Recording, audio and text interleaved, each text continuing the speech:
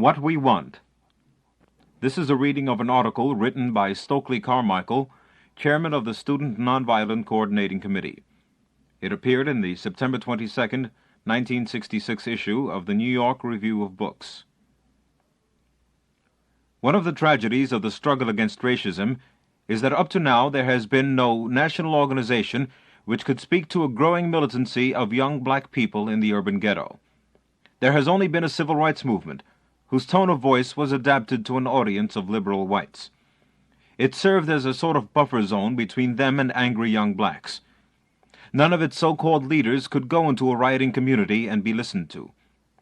In a sense, I blame ourselves, together with the mass media, for what has happened in Watts, Harlem, Chicago, Cleveland, Omaha. Each time the people in those cities saw Martin Luther King get slapped, they became angry. When they saw 4 little black girls bombed to death, they were angrier. And when nothing happened, they were steaming. We had nothing to offer that they could see, except to go out and be beaten again. We helped to build their frustration. For too many years, black Americans marched and had their heads broken and got shot. They were saying to the country, "Look, you guys, you're supposed to be nice guys, and we're only going out to do what we're supposed to do. Why do you beat us up? Why don't you give us what we ask? Why don't you straighten yourselves out?" After years of this, we are almost at the same point, because we demonstrated from a position of weakness. We cannot be expected any longer to march and have our heads broken in order to say to whites, "Come on, you nice guys," for you're not nice guys. We have found you out. An organization which claims to speak for the needs of a community, as does the Student Nonviolent Coordinating Committee, must speak in the tone of that community, not as somebody else's buffer zone. This is the significance of black power as a slogan. For once black people are going to use the words they want to use, not just the words whites want to hear. And they will do this no matter how often the press tries to stop the use of the slogan by equating it with racism or separatism.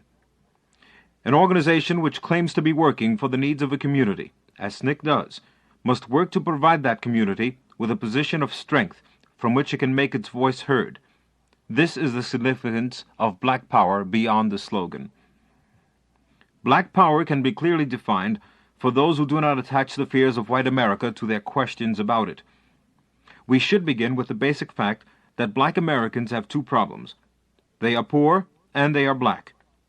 All other problems arise from this 2-sided reality: lack of education, the so-called apathy of black men. Any program to end racism must address itself to that double reality. Almost from its beginning, SNCC sought to address itself to both conditions with a program aimed at winning political power for impoverished Southern blacks. We had to begin with politics because black Americans are a propertyless people in a country where property is valued above all. We had to work for power because this country does not function by morality, love, and nonviolence, but by power. Thus we determined to win political power with the idea of moving on from there into activity that would have economic effects. With power, the masses could make or participate in making the decisions which govern their destinies, and thus create basic changes in their day-to-day lives. But if political power seemed to be the key to self-determination, it was also obvious that the key had been thrown down a deep well many years earlier. Disenfranchisement, maintained by racist terror, made it impossible to talk about organizing for political power in 1960. The right to vote had to be won, and SNCC workers devoted their energies to this from 1961 to 1965. They set up voter registration drives in the Deep South. They created pressure for the vote by holding mock elections in Mississippi in 1963, and by helping to establish the Mississippi Freedom Democratic Party in 1964. That struggle was eased, though not won, with the passage of the 1965 Voting Rights Act. SNCC workers could then address themselves to the question, who can we vote for to have our needs met, and how do we make our vote meaningful? SNCC had already gone to Atlantic City for recognition of the Mississippi Freedom Democratic Party by the Democratic Convention, and had been rejected. It had gone with the MFDP to Washington for recognition by Congress, and had been rejected. In Arkansas, SNCC helped 30 Negroes to run for school board elections. All but one were defeated, and there was evidence of fraud and intimidation, sufficient to cause their defeat. In Atlanta, Julian Bond ran for the state legislature and was elected twice, and unseated twice. In several states, black farmers ran in elections for agricultural committees, which make crucial decisions concerning land use, loans, etc. Although they won places on a number of committees, they never gained the majorities needed to control them. All the efforts were attempts to win black power. Then in Alabama, the opportunity came to see how blacks could be organized on an independent party basis. An unusual Alabama law provides any group of citizens can nominate candidates for county office, and if they win 20% of the vote, may be recognized as a county political power. The same then applies on a state level. SNCC went to organize in several counties, such as Lowndes, where black people, who form 80% of the population and have an average annual income of $943, felt they could accomplish nothing within the framework of the Alabama Democratic Party, because of its racism and because the qualifying fee for this year's elections was raised from $50 to $500 in order to prevent most Negroes from becoming candidates. On May the 3rd, 5 new county freedom organizations convened and nominated candidates for the offices of sheriff, tax assessor, members of the school boards. These men and women are up for election in November, if they live until then. Their ballot symbol is the Black Panther, a bold, beautiful animal representing the strength and dignity of black demands today. A man needs a Black Panther on his side when he and his family must endure, as hundreds of Alabamans have endured, loss of job, eviction, starvation, and sometimes death for political activity. He may also need a gun, and SNCC reaffirms the right of black men everywhere to defend themselves when threatened or attacked. As for initiating the use of violence, we hope that such programs as ours will make that unnecessary. But it is not for us to tell black communities whether they can or cannot use any particular form of action to resolve their problems. Responsibility for the use of violence by black men, whether in self-defense or initiated by them, lies with the white community. This is the specific historical experience from which SNCC's call for black power emerged on the Mississippi March last July. But the concept of black power is not a recent or isolated phenomenon. It has grown from the ferment of agitation and activity by different people and organizations in many black communities over the year. Our last year of work in Alabama added a new concrete possibility. In Lowndes County, for example, black power will mean that if a Negro is elected sheriff, he can end police brutality. If a black man is elected tax assessor, he can collect and channel funds for the building of better roads and schools serving black people, and thus advancing the move from political power into the economic arena. In such areas as Lowndes, where black men have a majority, they will attempt to use it to exercise control. This is what they seek, control. Where Negroes lack a majority, black power means proper representation and sharing of control.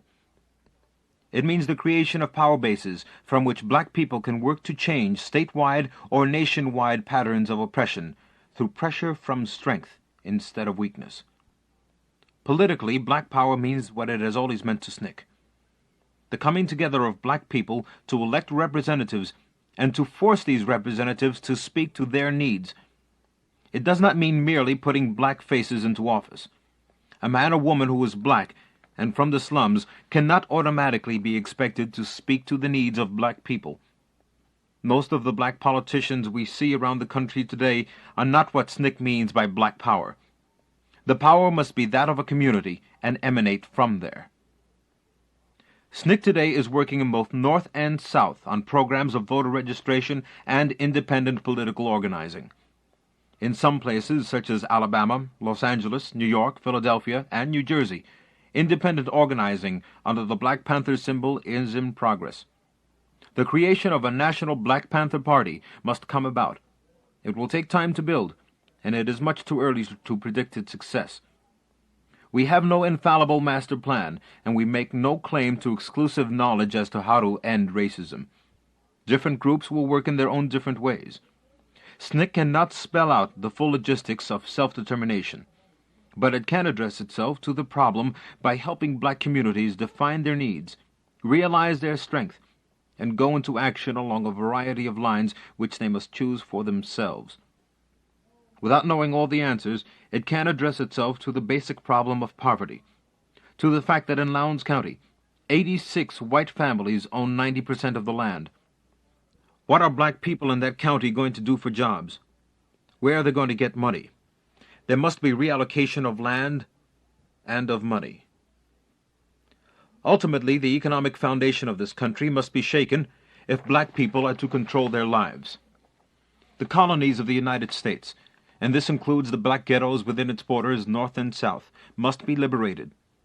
For a century, this nation has been like an octopus of exploitation, its tentacles stretching from Mississippi and Harlem to South America, the Middle East, Southern Africa, Vietnam.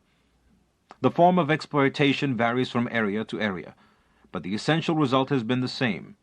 A powerful few have been maintained and enriched at the expense of the poor and voiceless colored masses. This pattern must be broken. As its grip loosens here and there around the world, the hopes of black Americans becomes more realistic. For racism to die, a totally different America must be born. This is what the white society does not wish to face.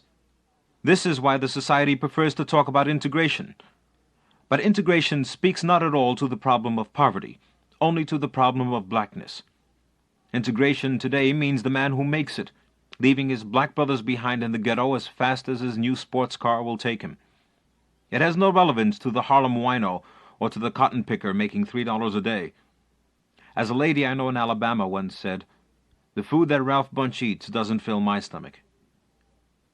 Integration, moreover, speaks to the problem of blackness in a despicable way. As a goal, it has been based on complete acceptance of the fact that in order to have a decent house or education, blacks must move into a white neighborhood or send their children to a white school. This reinforces among both black and white the idea that white is automatically better and black is by definition inferior. This is why integration is a subterfuge for the maintenance of white supremacy. It allows the nation to focus on a handful of Southern children who get into white schools at a great price, and to ignore the 94% who are left behind in unimproved all-black schools. Such situations will not change until black people have power to control their own school boards in this case. Then Negroes become equal in a way that means something, and integration ceases to be a one-way street. Then integration doesn't mean draining skills and energies from the ghetto into white schools. Then it can mean white people moving from Beverly Hills into Watts, white people joining the Lowndes County Freedom Organization. Then integration becomes relevant. Last April, before the furor over black power, Christopher Jenks wrote in a New Republic article on white Mississippi's manipulation of the anti-poverty program. I quote, "The war on poverty has been predicated on a notion that there is such a thing as a community, which can be defined geographically and mobilized for a collective effort to help the poor. This theory has no relation to the reality in the Deep South. In every Mississippi county there are two communities. Despite all the pious platitudes of the moderates on both sides, these two communities habitually see their interests in terms of conflict rather than cooperation. Only when the Negro community can muster enough political, economic, and professional strength to compete on somewhat equal terms will Negroes believe in the possibility of true cooperation, and whites accept its necessity. En route to integration, the Negro community needs to develop greater independence, a chance to run its own affairs, and not cave in when the man barks. Or so it seems to me, and to most of the knowledgeable people with whom I talked in Mississippi. To OEO, this judgment may sound like black nationalism." End quote. Mr. Jenks, a white reporter, perceived the reason why America's anti-poverty program has been a sick farce in both North and South. In the South, it is clearly racism which prevents the poor from running their own program. In the North, it is more often politicking and bureaucracy. But the results are not so different. In the North, non-whites make up 42% of all families in metropolitan poverty areas, and only 6% of families in areas classified as not poor. SNCC has been working with local residents in Arkansas, Alabama, and Mississippi to achieve control by the poor of the programs and its funds. It has also been working with groups in the North, and the struggle is no less difficult. Behind it all is a federal government which cares far more about winning the war on the Vietnamese than the war on poverty, which has put the poverty program in the hands of self-serving politicians and bureaucrats rather than the poor themselves, which is unwilling to curb the misuse of white power but quick to condemn black power. To most whites, black power seems to mean the Mau Mau are coming to the suburbs at night. The Mau Mau are coming and the whites must stop them. Articles appear about plots to get whitey, creating an atmosphere in which law and order must be maintained. Once again, responsibility is shifted from the oppressor to the oppressed. Other whites chide, "Don't forget, you're only 10% of the population. If you get too smart, we'll wipe you out." If they are liberals, they complain, "What about me? Don't you want my help anymore?" These are people supposedly concerned about black Americans, but today they think first of themselves, of their feelings of rejection. Or they admonish, "You can't get anywhere without coalitions," when there is in fact no group at present with whom to form a coalition in which blacks will not be absorbed and betrayed. Or they accuse us of polarizing the races by our calls for black unity, when the true responsibility for polarization lies with the whites, who will not accept their responsibility as the majority power for making the democratic process work. White America will not face the problem of color, the reality of it. The well-intended say, "We're all human, everybody is really decent, we must forget color." But color cannot be forgotten until its weight is recognized and dealt with. White America will not acknowledge that the ways in which this country sees itself are contradicted by being black, and always have been. Whereas most of the people who settled this country came here for freedom or for economic opportunity, blacks were brought in here to be slaves. When the Lowndes County Freedom Organization chose the Black Panther as its symbol, it was christened by the press the Black Panther Party. But the Alabama Democratic Party, whose symbol is a rooster, has never been called the White Cock Party. No one ever talked about white power because power in this country is white. All this adds up to more than merely identifying a group phenomenon by some catchy name or adjective. The furor over that problem reveals the problems that white America has with color and sex. The furor over black power reveals how deep racism runs and the great fear which is attached to it. Whites will not see that I, for example, as a person oppressed because of my blackness, have common cause with other blacks who are oppressed because of blackness. This is not to say that there are no white people who see things as I do, but it is black people I must speak to first. It must be to the oppressed to whom SNCC addresses itself primarily, not to the friends from the oppressing group. From birth, black people are told a set of lies about themselves.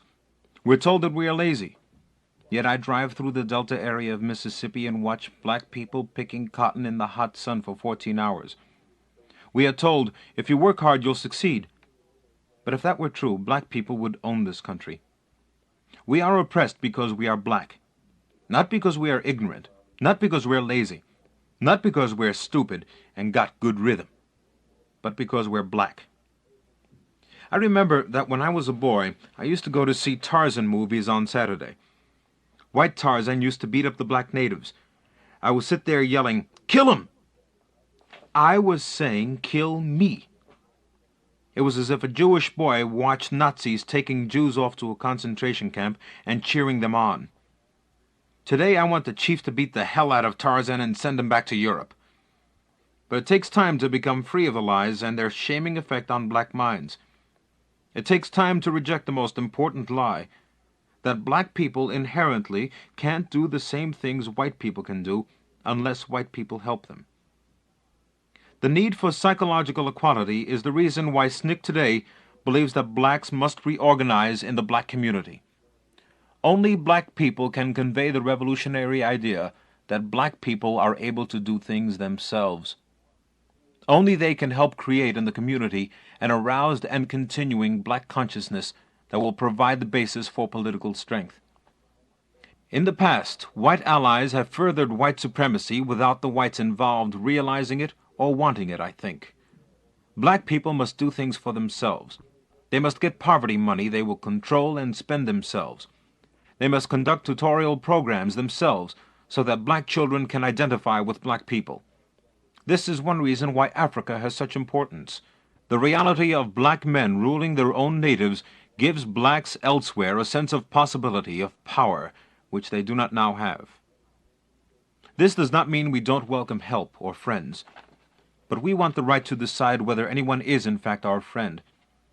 In the past, black Americans have been almost the only people whom everybody and his mama could jump up and call their friends. We have been tokens, symbols, objects, as I was in high school to many young whites who'd like to have a, quote, Negro friend. We want to decide who is our friend, and we will not accept someone who comes to us and says, if you do X, Y, and Z, then I'll help you.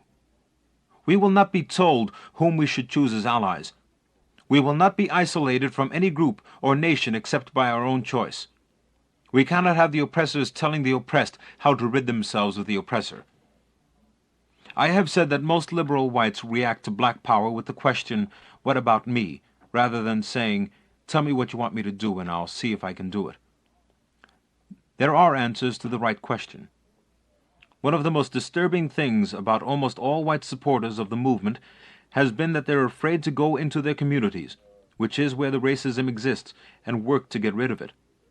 They want to run from Berkeley to tell us what to do in Mississippi.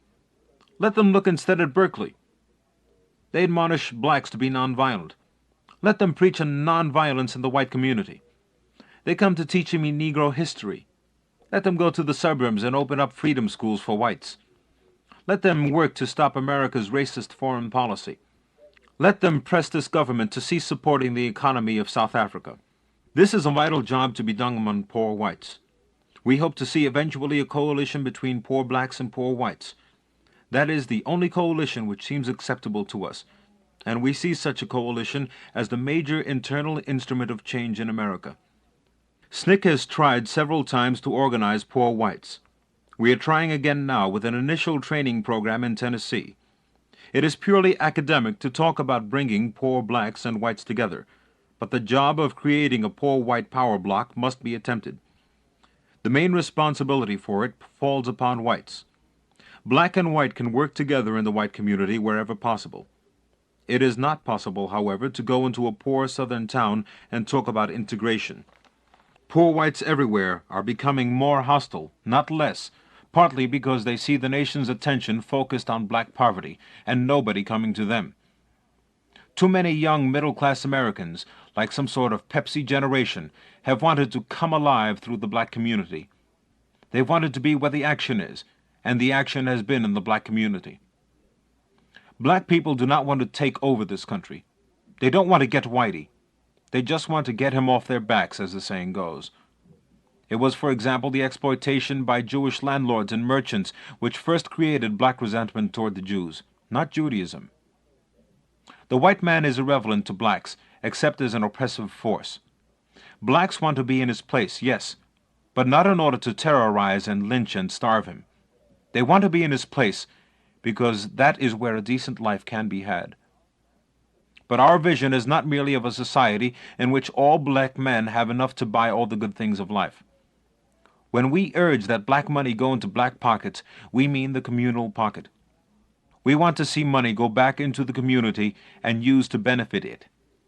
We want to see the cooperative concept applied in business and banking. We want to see black ghetto residents demand that an exploiting storekeeper sell them at minimal cost a building or a shop that they will own and improve cooperatively. They can back their demand with a rent strike or a boycott, or a community so unified behind them that no one else will move into that building or buy at that store. The society we seek to build among black people, then, is not a capitalist one. It is a society in which the spirit of community and humanistic love prevail. The word love is suspect. Black expectations of what it might produce have been betrayed too often, but those were expectations of a response from the white community which failed us. The love we seek to encourage is within the black community, the only American community where men call each other brother when they meet. We can build a community of love only when we have the ability and power to do so, among blacks.